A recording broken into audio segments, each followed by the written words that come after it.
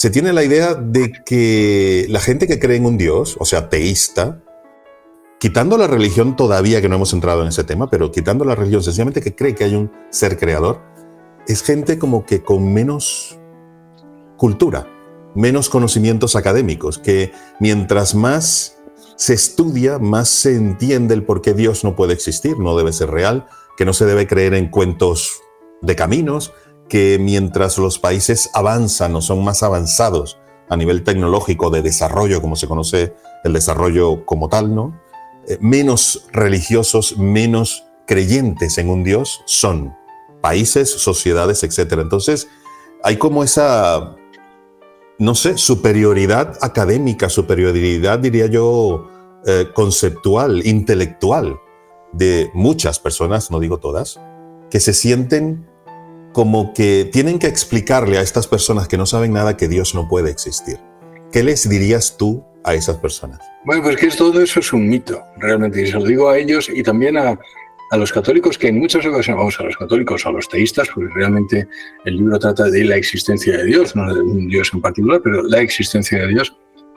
Todas las personas que creemos en la existencia de Dios somos más racionales y más lógicos y más avanzados, si quieres, en nuestro pensamiento que aquellas personas que no.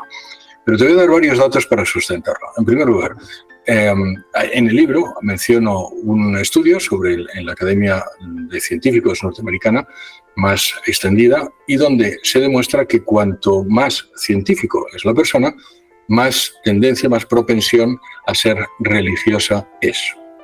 Y curiosamente, los científicos, cuanto más jóvenes, o sea, la gente, los científicos que se dedican a la ciencia, a la investigación científica, y además son más jóvenes, pues tienen también mayor propensión a la creencia en Dios. Y los científicos que no se han dedicado a la experimentación científica, sino simplemente que cursaron una carrera científica y luego la abandonaron para hacer lo que tú quieras, me da lo mismo, jardinería, bueno, pues esas personas que además tienen tendencia a ser mayores, es decir, los científicos mayores de 70 años, de hecho, el único grupo donde los científicos ateos es mayor que los científicos religiosos es precisamente en los científicos que no se han dedicado a la ciencia y que son mayores de 70 años. Es decir, aquellos científicos que están más al tanto con los nuevos descubrimientos de la ciencia y que además se dedican a la ciencia son mayormente teístas. Primer dato. Segundo dato, que también lo menciono en el libro, el 90%, más del 90% de los premios Nobel de ciencias, es decir, de física y de química de los últimos 100 años, y esto es un dato cuya referencia viene en el libro, porque también me he dado cuenta que en los foros de Internet en muchas ocasiones dicen esto se lo ha inventado, y mire, no, es un genetista israelí que se ha dedicado a compilar todos estos datos de todos los últimos premios Nobel de los últimos 100 años.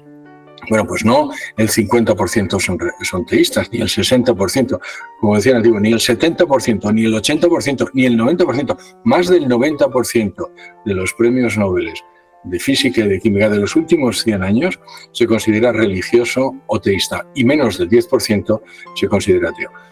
Sin embargo, en los premios Nobel de literatura, más del 30% se considera ateo. Por eso suelo decir en forma graciosa que ser ateo hoy es de letras. Y luego, además, esto está disminuyendo, es decir, la tendencia a la creencia en un Dios que existe, es decir, un Dios creador, aumenta con el tiempo. Mira, un ejemplo típico es el premio Nobel del año pasado de física, un señor se llama Anton Zeilinger, del año 2022, vamos, ¿no? El último año. Estamos ya en el 2024, vamos de todavía el último premio Nobel de Física.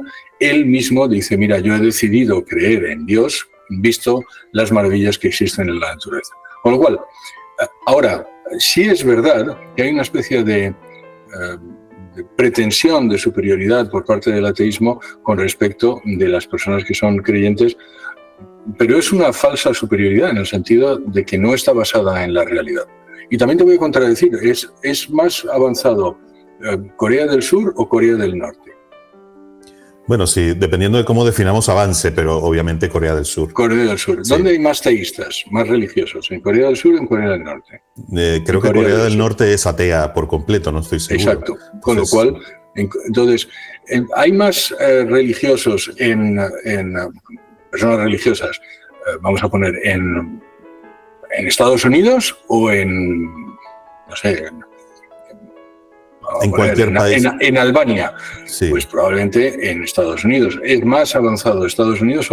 La gente tiene una tendencia muy limitada. O sea, uno piensa en Suecia y dice, es que eso es una...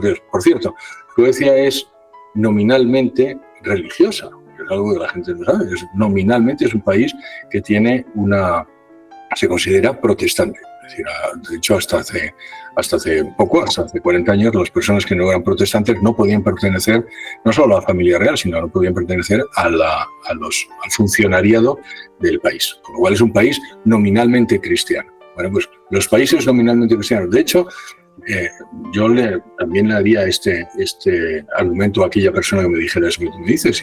Si te das cuenta, el mundo civilizado y el mundo más avanzado es el mundo que ha sido cristianizado.